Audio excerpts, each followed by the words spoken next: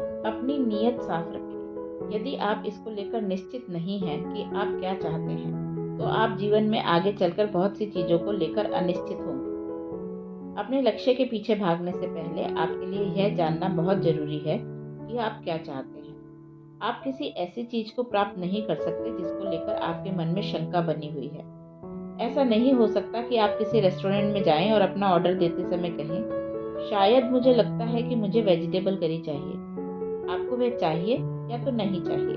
आप हाँ और ना के बीच की स्थिति में नहीं रह सकते। यदि आप अपनी नीयत को लेकर शंका में हैं, तो उसका जो भी परिणाम आपके सामने आएगा, उसमें आपकी मनोस्थिति प्रतिबिंबित होगी।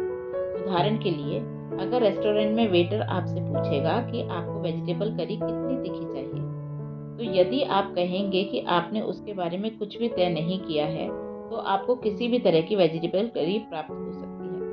अगर उस समय वह आपके लिए बहुत ज़्यादा तीखी हुई, तो यह आपकी अपनी गलती होगी, क्योंकि आपने वेटर को सही जानकारी नहीं दी थी। अपने लिए सही लक्ष्यों को तय करना ही सब कुछ होता है। उसे हर हाल में आपके मन के भीतर छुपी चाहत को प्रतिबिंबित करना चाहिए, उसे नहीं जो आपको लगता है कि आपको मिलना चाहिए। बहुत वर्षों तक मैं जिस चीज़ को लेकर वास्तव में चाहता था कि वह मुझे चाहिए, वास्तव में उन चीज़ों से मैं दूसरों को प्रभावित करना चाहता था। कभी-कभी वे चीज़ें मुझे मिल जाती थी, मुझे यह महसूस करके बहुत हैरानी होती थी कि उनसे मुझे बिल्कुल भी संतुष्टि नहीं मिली। आपके लक्ष्यों को, जो आप वास्तव में हैं, उसे प्रतिबिंबित करना चाहिए। ये वे चीज़ें होती हैं जिनके बारे में आप हर समय सोचते रहते हैं कि आपको अच्छी तरह पता है कि ये आपके जीवन की गुणवत्ता को बढ़ाएंगी। भौतिकवादी वस्तुओं की चाह रखना ठीक है। केवल वही लोग भौतिक वस्तुओं की चाहत से खुद को पूरी तरह से अलग कर पाते हैं जो सिद्ध पुरुष होते हैं। इसके बावजूद आपका लक्ष्य आपके लिए बहुत मायने रखता है।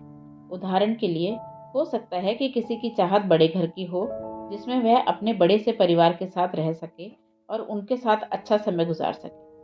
यहाँ पर इस लक्ष्य का अर्थ मात्र यह साबित करने से अधिक है कि आप कितने ज़्यादा अमीर हैं।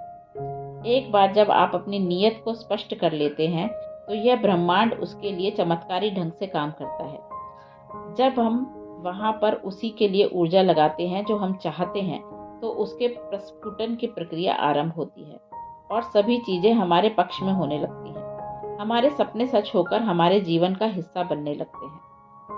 जे कॉल प्रख्यात अमेरिकी रैपर, लेखक और निर्माता हैं, जो पहले विज्ञापन और ऋण वसूली के क्षेत्र में काम करते थे।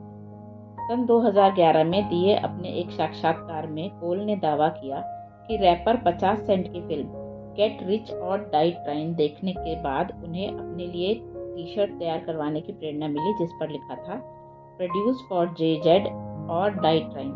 इस साक्षात्कार में कोल ने कहा था कि वे सोचते थे कि वे रैपर बनाने के लिए एक अलग रास्ता इस तरह भी ले सकते हैं कि वे पहले एक निर्माता के तौर पर पहचाने जाएं। वे अपने प्रमुख लक्ष्य के लिए एक रास्ता बनाना चाहते थे और इसीलिए उन्होंने उस टी शर्ट को बनाया। उस टी शर्ट को इस उम्मीद में पहनने के बाद कि संगीत की दुनिया से या जे-जेड खुद कभी उन्हें पहचानेंगे, कई साल बाद कुछ भी अद्भुत नहीं हुआ।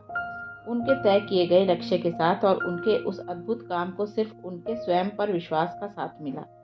यह विश्वास ही कमाल था कि कोल से जे-जेड ने संपर्क किया और बाद में उन्हें उनके रिकॉर्ड लेबल रॉक नेशन के लिए साइन किया। उसके बाद कोल ने जे-जेड के साथ बहुत सारे ट्रैक पर रैप किया और उनका खुद ही निर्माण किया।